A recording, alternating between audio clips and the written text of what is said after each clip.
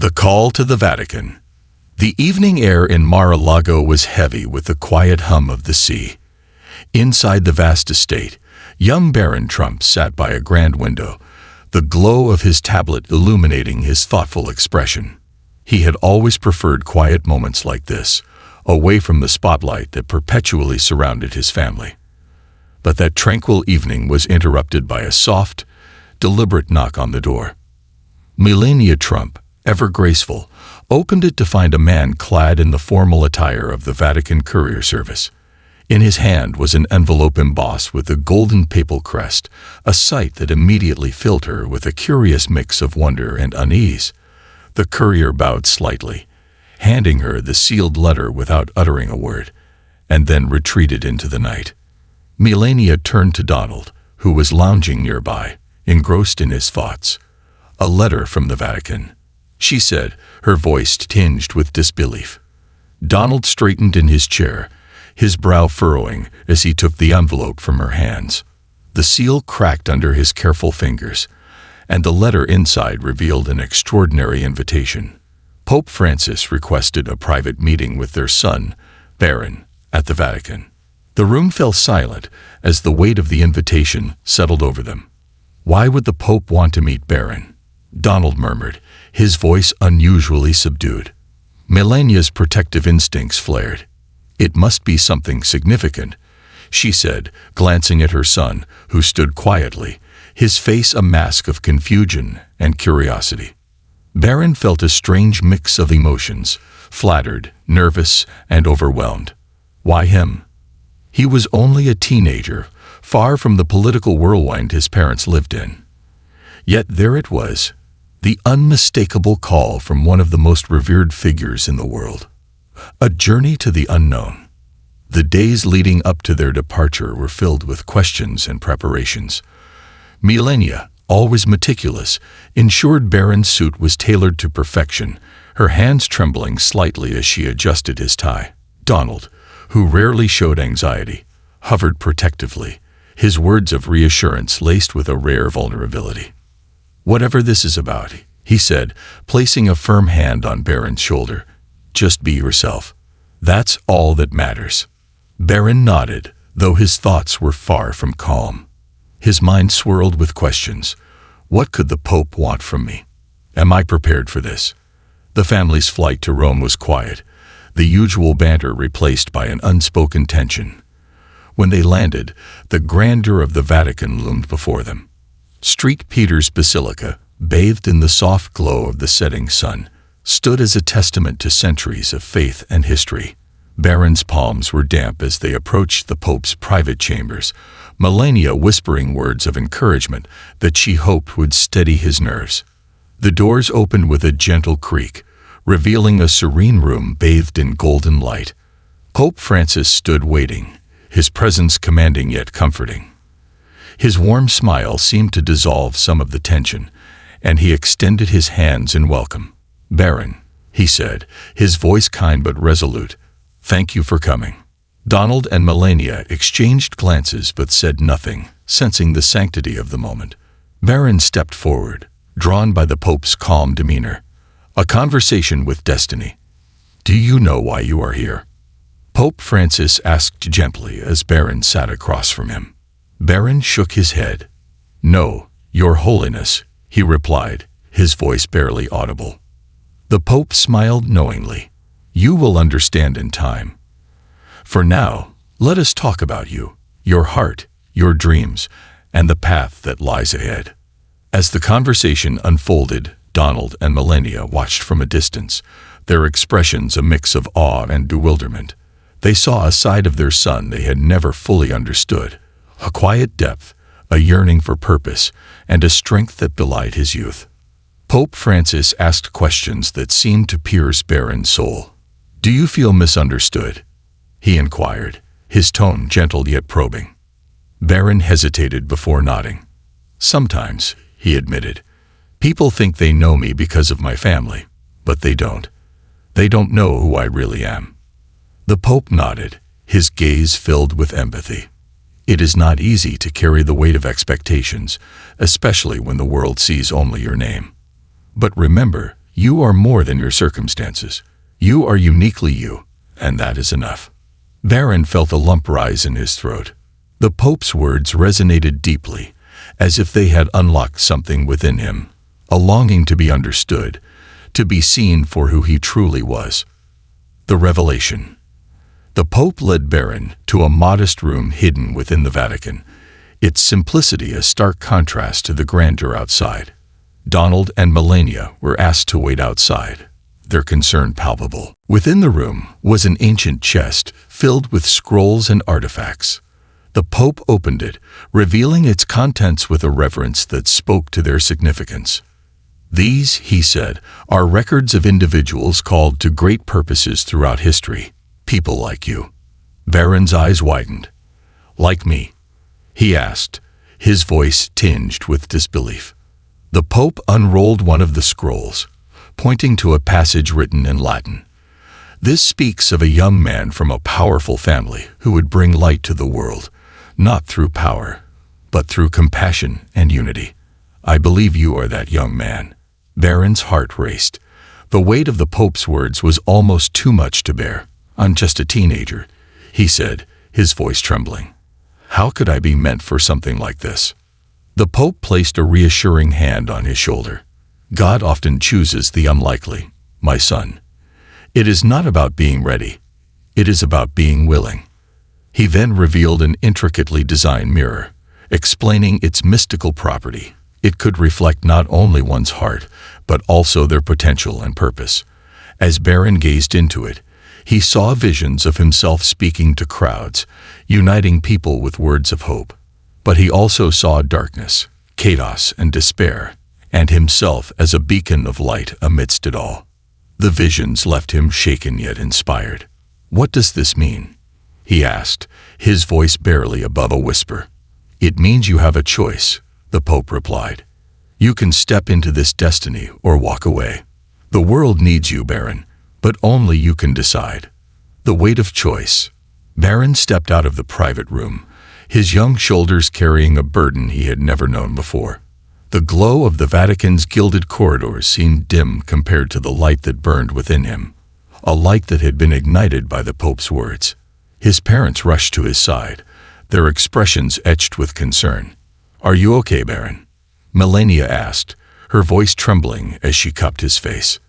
Donald stood a few steps away, his arms crossed, his gaze sharp but unreadable. He was not one to show emotion easily, but in this moment, even he seemed affected by his son's uncharacteristic solemnity. I'm fine, Barron said softly, though his trembling hands betrayed his true feelings. He turned to the Pope, who had followed him into the hallway. Your Holiness. He stopped, unsure how to articulate the storm of emotions within him. The Pope rested a hand on Barron's shoulder. You are processing what has been revealed to you. That is natural. Remember, Barron, the choices you make now will shape the path ahead. You are not alone in this. Donald, finally breaking his silence, cleared his throat. With all due respect, Your Holiness, what exactly are we talking about here? What's been said to my son? His tone was firm, protective. The Pope smiled gently. Mr. Trump, your son carries a unique purpose. The world often looks for power in the wrong places. Wealth, status, control. But the true power lies in kindness, compassion, and the ability to inspire others to hope. Barron has the capacity to do just that, if he chooses to embrace it. Donald's expression softened slightly, but the skeptic in him lingered. Melania, however, looked at Barron as if seeing him for the first time. Barron, she whispered, her voice steady yet filled with emotion. What did he say to you? Barron hesitated. How could he explain the depth of what he had seen and felt? The visions, the mirror, the weight of a destiny that seemed far beyond his grasp. He told me I have a choice, Barron said finally. To use my life to help others, to bring hope. Melania's eyes filled with tears, but she smiled. You've always had that in you, she said. A test of spirit. The family's return to Mar-a-Lago was far from ordinary. Barron's demeanor had shifted, his usually quiet, introspective nature now infused with a subtle determination. He spent hours alone, not in front of a screen as he once did, but in reflection. Melania watched him closely, sensing the transformation. One evening, she found him sitting on the beach, staring out at the ocean.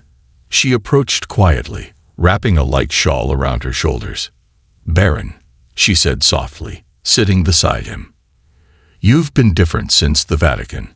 I can see it. Do you want to talk about it?" He glanced at her, his blue eyes filled with a maturity that seemed to have emerged overnight. "Mom, what if I'm not ready? What if I make the wrong choice? I'm just me." Melania reached out, brushing a strand of hair from his face. "Do you remember what Pope Francis said? God chooses those who don't feel ready, because they're the ones who rely on their hearts. You have the kindest heart I've ever known. That's all you need." Her words seemed to comfort him, but the weight of his calling lingered. The call to action. A week later, Barron sat in his room, staring at the notes he had written after his meeting with the Pope. Pages filled with scattered thoughts, sketches of ideas, and questions about how he could step into the role the Pope had described. His chance to act came sooner than expected. During a charity gala hosted by the Trump family, Barron was asked to speak briefly to the attendees. Though the request seemed simple, it filled him with dread. Public speaking was never his forte, and he feared judgment from the high-profile crowd. Just a few words. Melania encouraged him before the event. "Speak from your heart." When the time came, Barron approached the microphone, his hands trembling. The crowd quieted, their expectant eyes fixed on him. He glanced at his parents, who nodded reassuringly, and then took a deep breath. "I didn't plan to say much," Barron began, his voice wavering slightly. "But I've realized that sometimes the things we're most afraid of are the things we're meant to do." He paused, his confidence growing as he continued. "We live in a world that feels divided, where people are quick to judge and slow to listen. I know what it's like to feel invisible, to feel like people only see your name or your family, and not who you really are.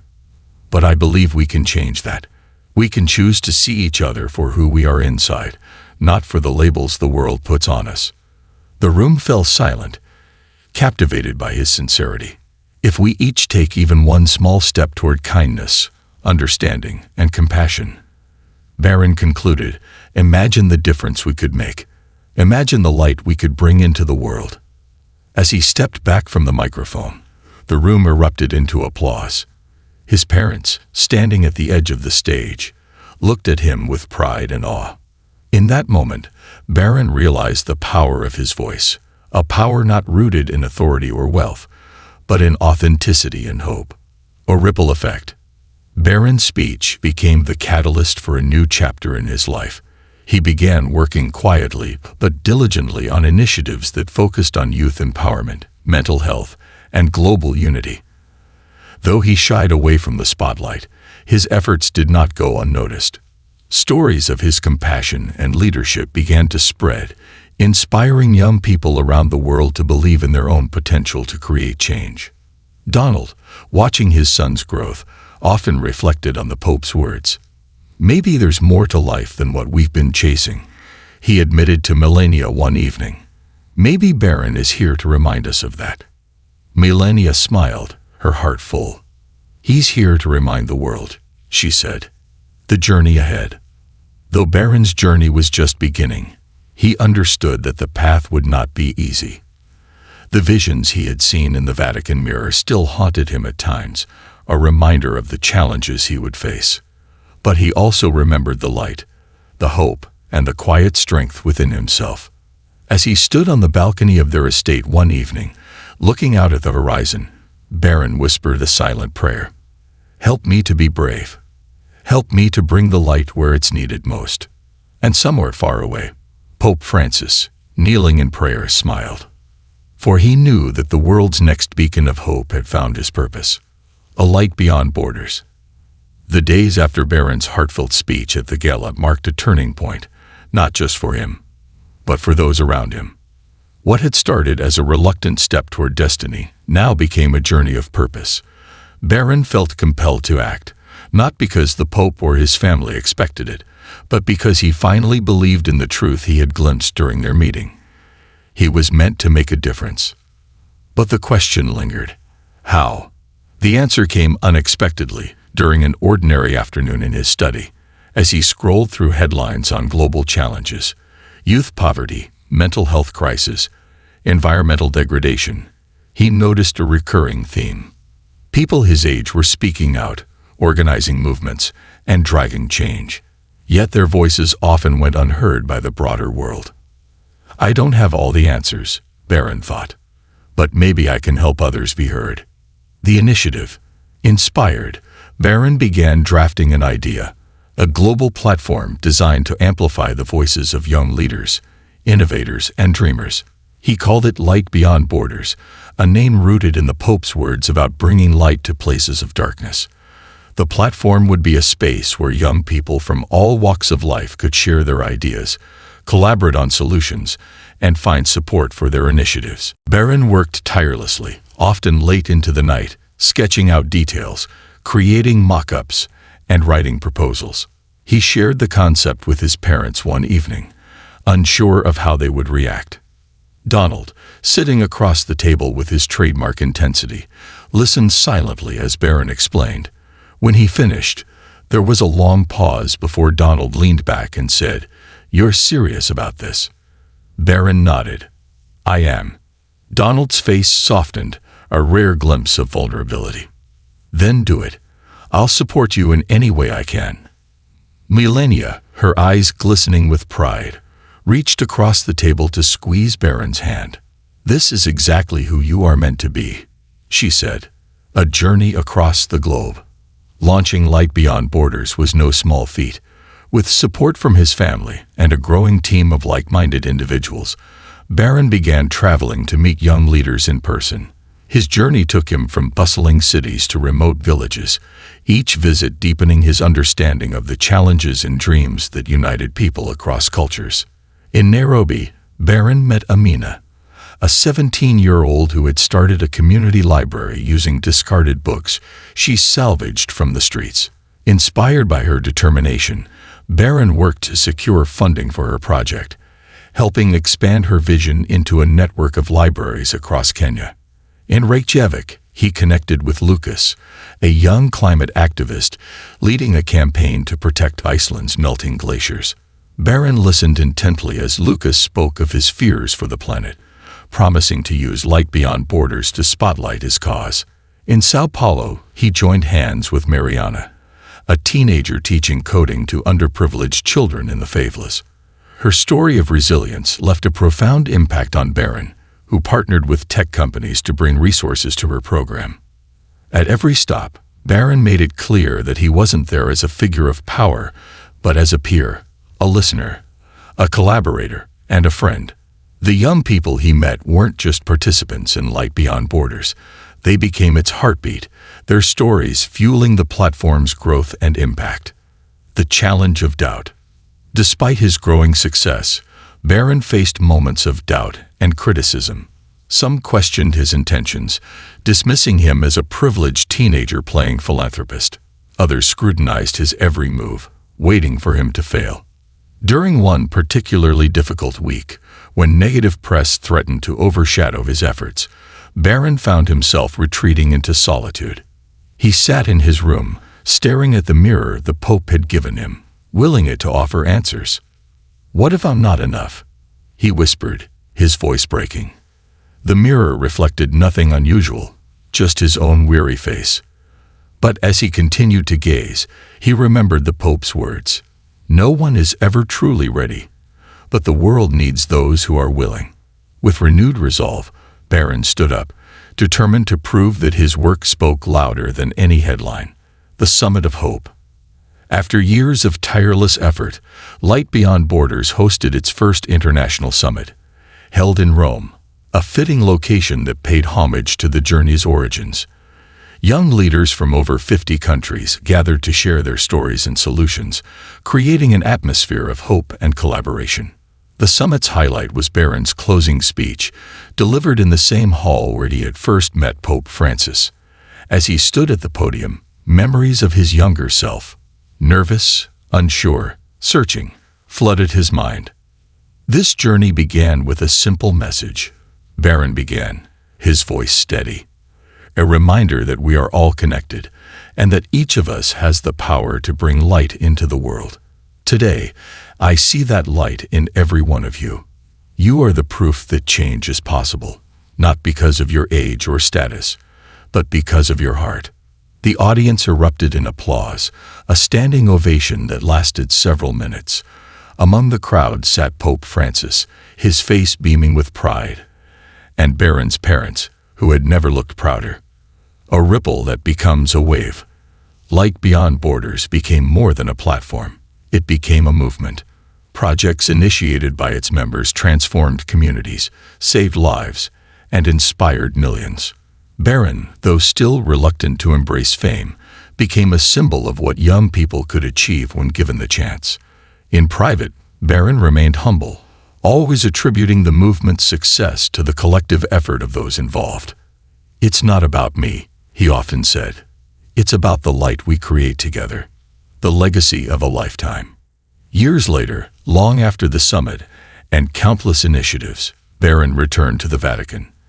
This time, it was to meet Pope Francis again, not as a hesitant teenager, but as a man who had embraced his calling. The Pope, now older but as kind as ever, welcomed him with open arms. "You have done well, Barron," he said, his voice filled with warmth. Barron smiled. "I've only done what you showed me was possible." As they walked through the Vatican gardens, the Pope placed a hand on Barron's shoulder. "The light you carry will never dim, my son. You've passed it on to others, and that is the greatest legacy of all." And so, Barron Trump's story became one not of fame or fortune, but of purpose, a testament to the power of compassion, the courage to choose hope, and the truth that even the smallest light can shine brightly in the darkest of places. The light that endures. The world had changed since Barron first stood in the Pope's chambers, overwhelmed by the weight of an unexpected calling. Now, years later, his work through Light Beyond Borders had touched millions of lives, creating ripples of hope that extended far beyond what anyone, even Barron himself, had envisioned. Yet, as with any great journey, there were new challenges waiting, ones that would test not only his resolve, but the very foundation of his mission. A world in turmoil. The globe was in the grip of profound crisis. Political tensions simmered across continents, economic inequality deepened, and environmental disasters grew more frequent and devastating. Amidst this, young people felt increasingly powerless, their voices drowned out by louder, more cynical ones. Barron could feel the weight of their frustration every time he met with members of Light Beyond Borders. One evening, during a virtual gathering of the organization's core team, a young activist from India, Priya, spoke up. Her voice was steady, but her words were laced with urgency. "Barron," she said, "we're doing so much, but it feels like we're still losing the battle. People are losing faith in the idea that we can make a difference. What do we do when hope starts to fade?" The question hung in the air, silencing the usual buzz of ideas and debate. Barron, sitting in his study with the soft glow of his computer screen, leaned back in his chair. He didn't have an answer. Not yet. Seeking guidance, feeling the need for clarity, Barron returned to the place where it all began, the Vatican. By now, his relationship with Pope Francis had evolved from one of reverence to one of mutual respect and friendship. The Pope, though older and frailer, still exuded the quiet strength that had first drawn Barron to him. As they sat together in the Pope's private garden, Barron poured out his concerns. "Your Holiness, I feel like we're fighting an uphill battle. There's so much darkness in the world, and sometimes it feels like the light we're trying to share isn't enough." The Pope listened intently, his hands resting gently on his cane. After a moment of silence, he spoke. "Barron, do you remember the mirror I showed you all those years ago?" Barron nodded. "It didn't show you a life without challenges, did it? The Pope continued. The light you saw wasn't an escape from the darkness. It was a promise that even in the darkest times, hope can endure. Your work isn't to banish the darkness. It's to keep the light alive, no matter how small it may seem. The words resonated deeply with Barron. He realized that his mission wasn't to fix everything. It was to inspire others to believe that change was possible, even when the odds seemed insurmountable. A new vision. Motivated by the Pope's wisdom, Barron returned to Light Beyond Borders with a renewed sense of purpose. He proposed a bold new initiative, the Lantern Project. The idea was simple yet profound. Empower individuals in the darkest corners of the world to become lanterns in their communities, symbols of resilience and hope.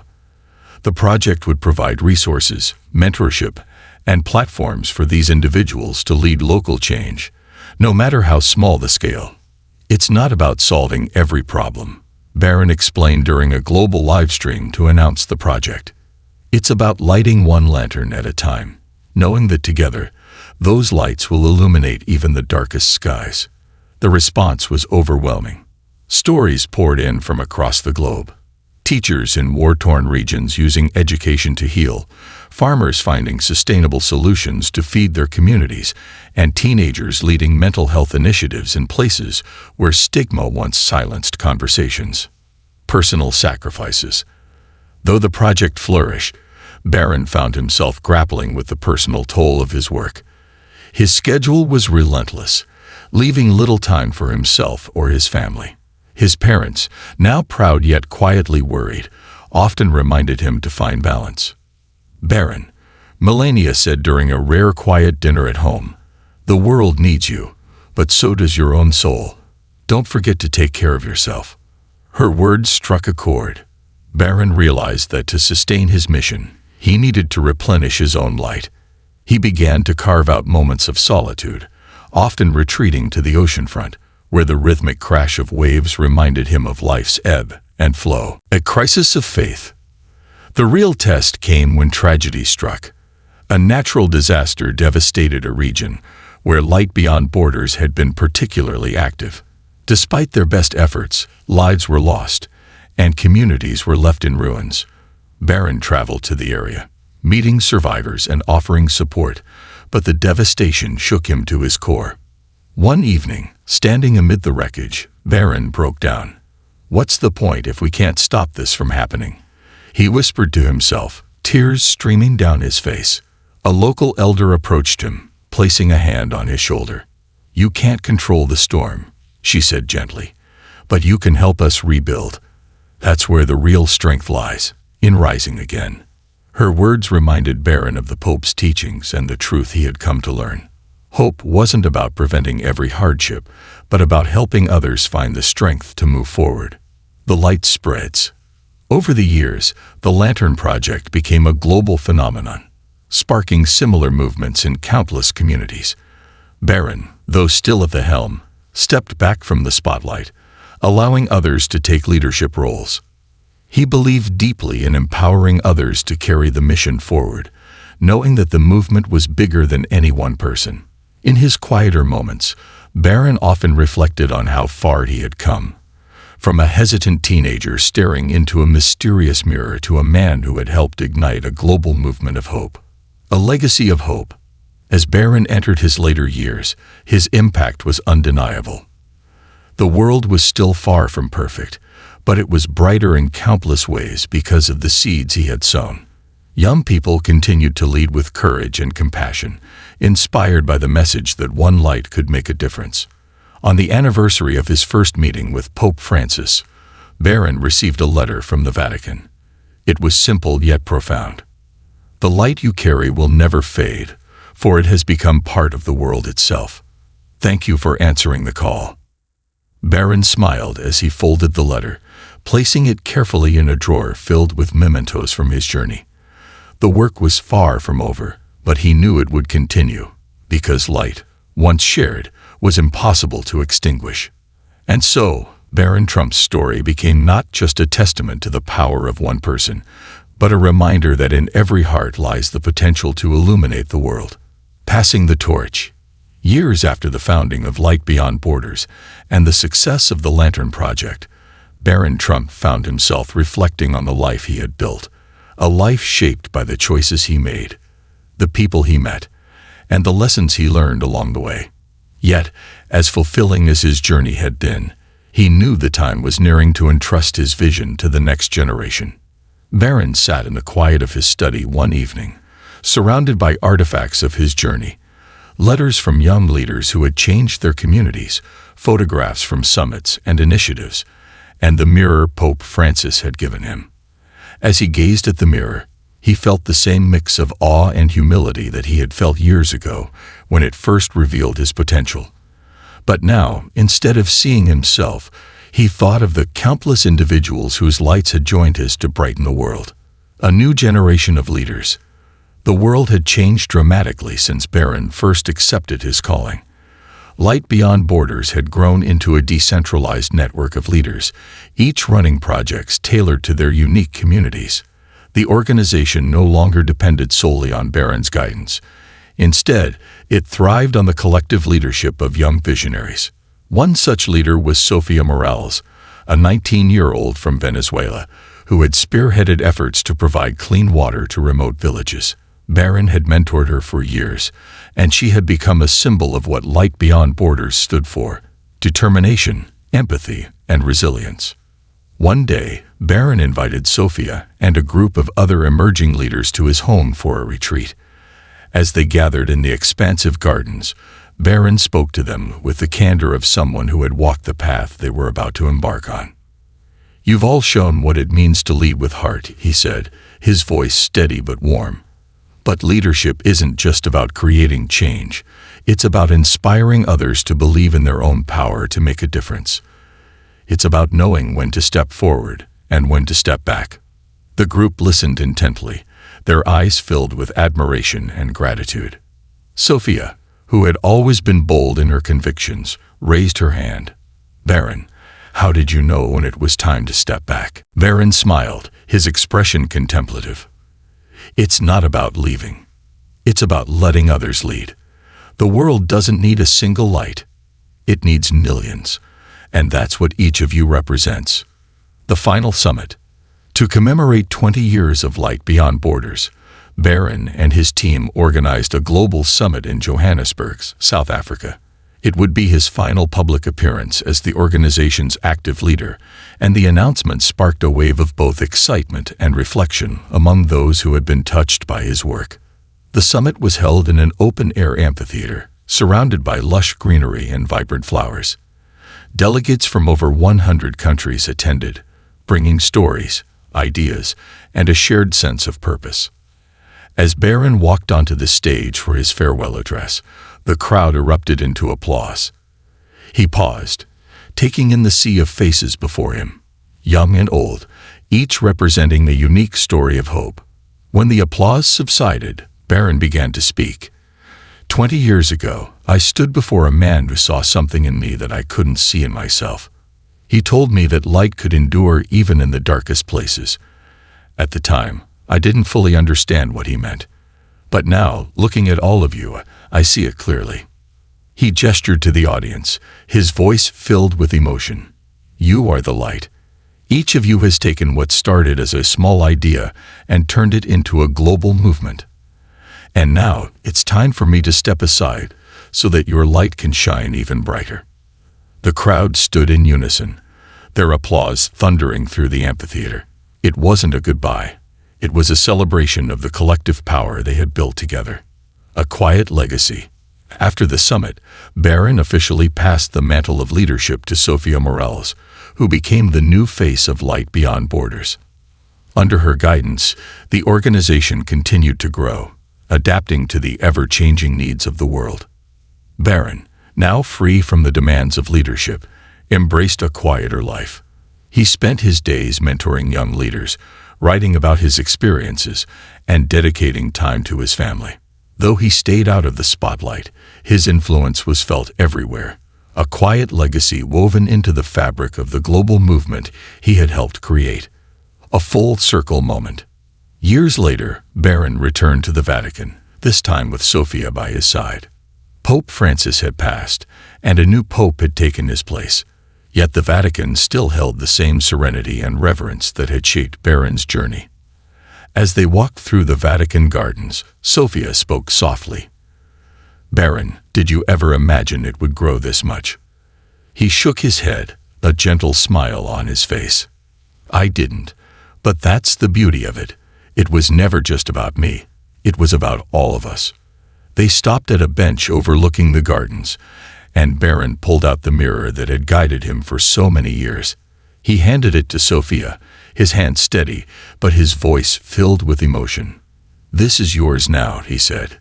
"It's time for you to carry the light." Sophia took the mirror, her eyes glistening with tears.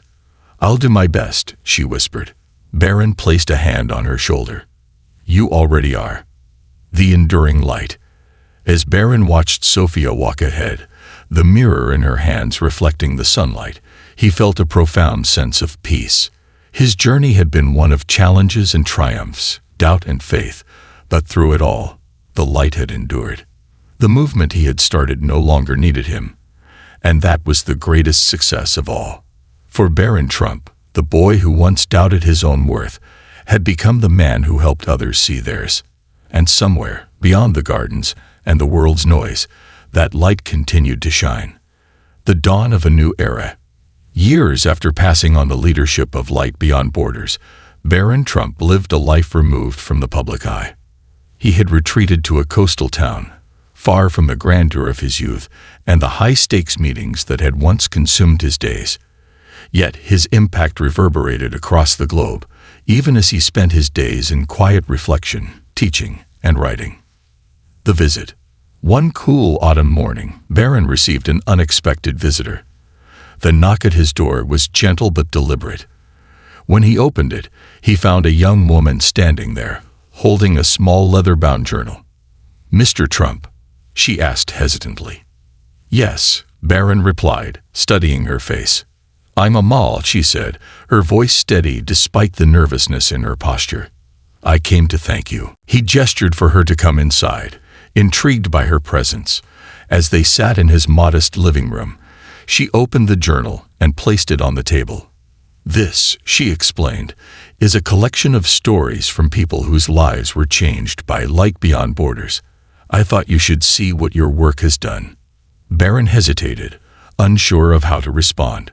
Over the years, he had consciously avoided accolades, believing his role was to empower others, not to dwell on his own contributions. But Amal's sincerity was disarming. "Why did you bring this to me?" he asked softly. "Because," she said, "I think you need to see how much light you've created, even if you don't realize it. The stories of change." As Barron flipped through the journal, he was struck by the breadth of its contents. Each page contained a letter, photograph, or drawing from someone who had been touched by the initiatives his movement had inspired. There was a letter from a boy in Nigeria who had received an education through a school built by one of the organization's projects. "Because of you, I can dream of becoming a doctor," it read in careful handwriting. A photograph showed a group of women in Afghanistan holding textbooks, their faces glowing with pride. Beneath it, someone had written, "You helped us believe in a future where knowledge can't be taken away." Page after page revealed stories of resilience, hope, and transformation. Barron felt a lump rise in his throat as he read each account, realizing the full extent of what had been accomplished. Amal watched him quietly. "I was one of those people," she said. Barron looked up, surprised. "I grew up in a refugee camp in Lebanon," she explained. "For most of my life, I didn't think I had a future. But one of your projects funded a mentorship program for girls like me. That's how I got my education. That's why I'm here today." Her words left Barron momentarily speechless. "What are you doing now?" he asked finally. "I'm an engineer," Amal said, smiling, "and I volunteer with Light Beyond Borders to mentor other girls like me." A renewed purpose. Amal's visit reignited something within Barron. Though he had stepped away from leadership, he realized there was still work to be done, not as the face of the movement, but as a quiet guide and mentor. He began to correspond with leaders from Light Beyond Borders, sharing advice and insights gleaned from years of experience. He also started hosting small retreats at his coastal home, inviting young changemakers to reflect, recharge, and refocus their efforts. His reputation as a mentor grew quietly but steadily. Leaders from across the globe sought his guidance, not because of his past fame, but because of his wisdom and humility. The Global Gathering. In honor of Barron's 60th birthday, Sofia Morales and the current leadership of Light Beyond Borders organized a special event, a global gathering of every individual who had been directly involved in or impacted by the movement. The event, held in the heart of New Delhi, was unlike anything the world had seen. Delegates from every continent attended, each bringing stories of how they had carried forward the light. Barron was reluctant to attend at first, preferring to avoid the spotlight. But Sofia insisted. "This isn't about recognition," she told him. "It's about connection. It's about showing the world what's possible when people come together." When Barron arrived, the sight before him was overwhelming. The venue was filled with thousands of people, their diversity reflecting the global reach of the movement. Flags from dozens of nations waved side by side, and the air buzzed with energy and hope. As he stepped onto the stage, the crowd erupted into cheers. Barron, visibly moved, raised his hand to quiet them. "I never imagined this," he began, his voice steady but filled with emotion. "When I was younger, I doubted my ability to make a difference. I thought the world's problems were too big, that I was too small. But what I've learned is that it's not about being the brightest light. It's about being part of something greater than yourself." He paused, looking out at the crowd. "Each of you is proof that the light doesn't belong to one person. It belongs to all of us. And as long as we keep passing it on, it will never fade." The applause that followed was deafening, not just a celebration of Barron, but of the shared journey they had all undertaken. The light beyond time. After the gathering, Barron returned to his coastal home, content with the knowledge that the torch he had carried was now in good hands. His days were quieter, spent tending to his garden, writing reflections, and mentoring the occasional visitor. One evening, as the sun set over the ocean, Barron stood on the shore, the waves lapping at his feet. He thought of the Pope of the Mirror, and of the first glimmers of light that had guided him all those years ago. A small child, visiting with their parents for a mentorship retreat, ran up to him, holding a seashell. "Look what I found," the child exclaimed, their face beaming. Barron knelt to meet their gaze. "It's beautiful," he said, taking the shell and holding it up to the light. The child tilted their head. "Why are you smiling?" Barron handed the shell back, his heart full. "Because it reminds me that even the smallest things can carry the light." And as the child ran back to their parents, Barron stood there, watching the horizon, knowing that the light he had helped nurture would continue to shine long after he was gone. The legacy of light. Years turned into decades, and the world continued to evolve. Barron Trump lived his later years in quiet simplicity, far removed from the attention and scrutiny of his youth. Yet, the seeds he had planted through Light Beyond Borders continued to grow, sprouting new movements, inspiring countless leaders, and igniting hope in even the most forgotten corners of the world. Barron's influence wasn't measured in monuments or grand accolades. Instead, it was found in the laughter of children attending schools that hadn't existed before, in the clean water flowing to communities that once lived in scarcity, and in the dreams of young people who believed in their power to shape the future. A final reflection. In his final days, Barron often sat by his favorite window overlooking the ocean, his journal open on his lap. The pages were filled with reflections on the journey he had taken, the people he had met, and the lessons he had learned. One morning, as the golden light of dawn spilled into his room, Barron wrote his final entry. "The greatest lesson I have learned is that light isn't something we keep for ourselves. It is something we give, something we share, something we pass on. True greatness lies not in how brightly we shine, but in how many others we inspire to find their own light." The world will always have its shadows, but even the smallest flame can cast them away. To live a life of purpose is to light the way for others, one step at a time. Barron set down his pen and closed the journal, a sense of peace washing over him. He had done what he was called to do. A continuing flame. After Barron's passing, Light Beyond Borders honored his memory with a simple tradition. Each year, at their global summit, a lantern was lit in his name. The flame, passed hand to hand, symbolized the enduring power of hope and the idea that every person carries the potential to illuminate the world. But Barron's true legacy wasn't in ceremonies or remembrances. It was in the millions of lives he had touched, people who had found strength in his story, courage in his example, and purpose in his vision. The lesson of the light. Barron's life became a parable shared across generations. Parents told their children about the boy who once doubted his worth, but went on to change the world by embracing the power of compassion, humility, and faith. The lesson was simple yet profound. You don't need to be the strongest, the smartest, or the most powerful to make a difference.